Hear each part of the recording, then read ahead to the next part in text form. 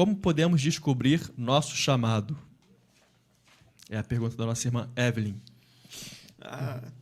Olha, vá fazendo. Aquilo que chegar à sua mão para fazer, entenda como uma oportunidade que Deus está lhe dando. Comece na sua igreja, com criança, ou no diaconato, ou no louvor, ou no evangelismo. Uma dica: procure seu líder de evangelismo e pergunte a ele o que você... Pode vir. Procure seu líder de evangelismo, ou líder de casais, ou de ministério, e pergunte para ele: o que é que eu posso fazer por esse ministério? Ou melhor, procura o teu pastor também. Verdade. E pergunta para ele: o que é que o senhor quer que eu faça aqui na igreja? E aquilo que ele lhe orientar, faça com amor. Seja para recepção, seja para algum suporte na igreja, abrace.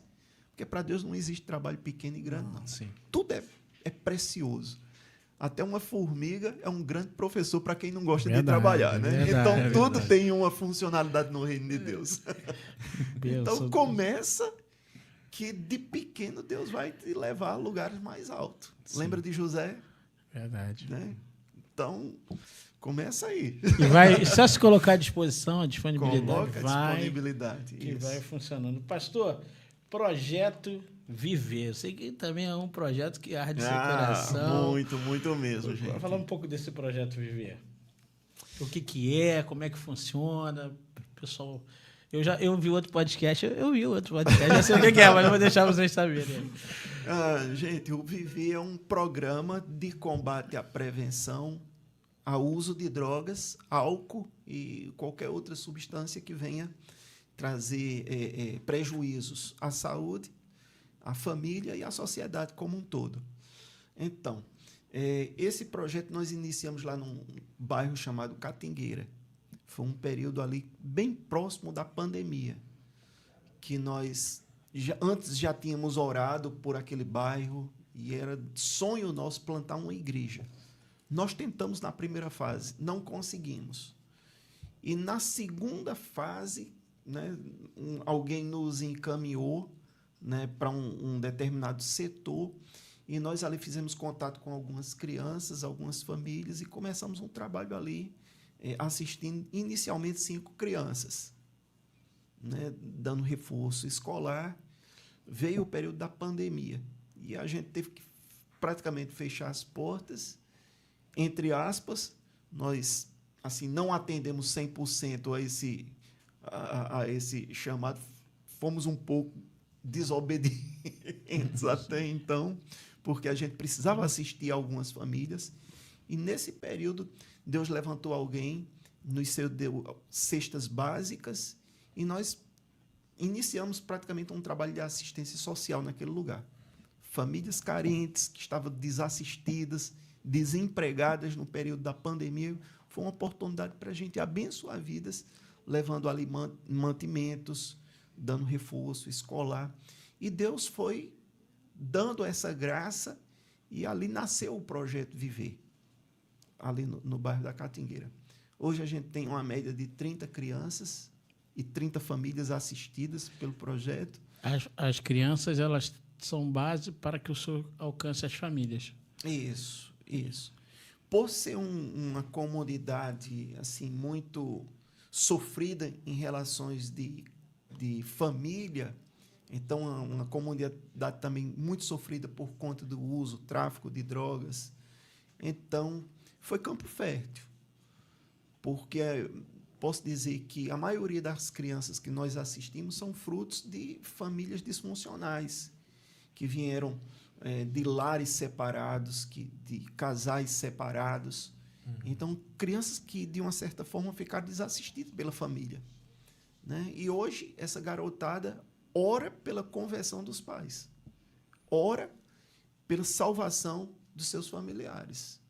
E garotada que ora, que evangeliza. Nos nossos cultos de oração lá, quando a gente pergunta quais são os motivos de oração que vocês têm, as crianças, elas dizem numa só voz: salvação, libertação dos pais e paz nos lares. Os lares são com muita confusão, muita desavença, falta de paz, falta do reino nos lares. E essas crianças, elas sabem exatamente o que elas querem pedir. Sim. Tivemos uma experiência aqui com um dos nossos pequenos grupos que fizemos e tinham 15 crianças ali, já. Sim. Mais 15. Umas 15 crianças, pastor, e nós chegamos ali, fomos falar de Jesus e eu perguntei a experiência de cada um. Naquele dia ali, Deus nos impactou que as crianças sabiam exatamente quem era Jesus, Sim. falando de Jesus, pedindo oração, falando de uma profundidade que nós estamos crianças falando assim. Você vê como é que a criança ela tem essa... O reino já diz, né, para alcançar o reino, volte como uma criança. Coração voltado para o Senhor. E às vezes a gente, por ser criança, a gente não vê a grande obra que é feita através da vida de uma criança, né, pastor? Isso. E aqui eu aproveito sua fala, pastor, para louvar a Deus pela vida dos professores de escola bíblica infantil. Verdade. Né, dessa turma que trabalha com criança. E dizer de uma forma geral, gente, criança na igreja não é para estar pintando papel, não, gente. Fazendo aqueles... brincando, pulando, aquele negócio, não. A criança, ela tem entendimento. Sim. Para compreender a palavra de Deus. As nossas crianças, elas precisam ser discipuladas. Também concordo. Não é aquele momento de culto, vamos tirar as crianças porque elas estão incomodando, né? E a gente quer cultuar, a gente quer assistir o culto, né? De uma forma confortável. Não, gente. A criança, ela precisa aprender a cultuar Deus. Ela precisa entender João 3,16. Elas precisam saber de versículos bíblicos. Elas têm condições de comunicar, de compartilhar da fé. Falta discipuladores de crianças. Então, está aí o meu apelo a você que está assistindo esse momento aqui conosco. Direcione, discipula as crianças, porque é uma vida inteira ganha para Cristo, gente. Normalmente, eu aceitei a Cristo depois de velho. Perdi minha vida, né, um bom tempo. Gastei minha vida com aquilo que não deveria ter gasto. Sim. Então, e uma criança, quando a gente ganha para Cristo, é uma vida inteira. É verdade. Né? Deixem vir a mim os pequeninos, né? Diz o Senhor Jesus Cristo. E aproveitando também que o senhor está falando, muitos pais chegam e falam, mas domingo já vão para a escola. O nosso filho aprende matemática, português, aprende física, química, enfim, várias matérias. Por que não pode aprender a palavra de Deus? Isso. Que é a base que todos nós precisamos. Então, quando a criança ela é alcançada pela palavra de Deus na sua infância, é aquilo, né? Ensina o menino o caminho que deve andar e quando crescer jamais se desviará dele. Então, isso é importante. Pastor... Pode falar, pastor. Fica à vontade que estamos tranquilos. Então, eu sempre falei aqui nas igrejas, aqui no Rio, né, do testemunho de Júlia. Júlia é uma garotinha de 4 anos que praticamente nasceu lá dentro do projeto, lá do Viver. E essa garotinha de 4 aninhos, ela passava, né, a gente nem tinha mandado, né, assim, não tinha orientado, mas ela passava de porta em porta convidando as vizinhas para ir ao culto. 4 anos. 4 anos. 4 anos. Né? Ela passava lá e chamava socorro, né? Vamos para o culto. Na linguagem dela. E socorro, de tanta insistência, passou a ir lá aos cultos e está lá conosco. Né? Outras pessoas lá também, através de uma criança, pastor, de 4 anos. E outro dia lá, num culto, numa reunião que nós fizemos lá, só tinha 3 crianças. Estava Júlia, a prima dela, a Ivne, que é autista, e Cecília. Cecília tem 8 anos. Aprendeu a ler lendo a Bíblia. E nessa noite lá, que estava às 3, né, ela leu lá uns versículos, porque a gente coloca lá uns versículos copiados lá nos papéis, e ela leu lá Romanos 10:9. Né, se com a tua boca confessares Jesus Cristo como Senhor, e em teu coração creres que Deus ressuscitou dentre os mortos, serás salvo.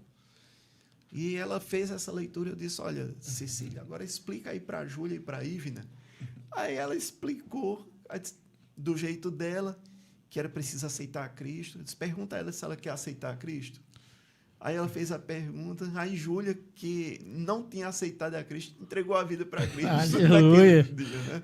E a Ivne também, do mesmo jeito. Gente, você vê uma criança Sim, de 8 anos, meu pastor, é verdade. anunciando o evangelho. Sim.